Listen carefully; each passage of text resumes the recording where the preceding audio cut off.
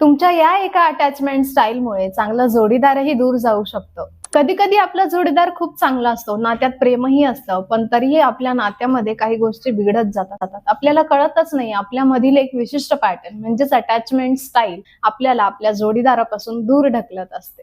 तू अजूनही माझ्यावर प्रेम करतेस का? तू मला सोडून तर जाणार नाही ना? असे प्रश्न वारंवार विचारणे.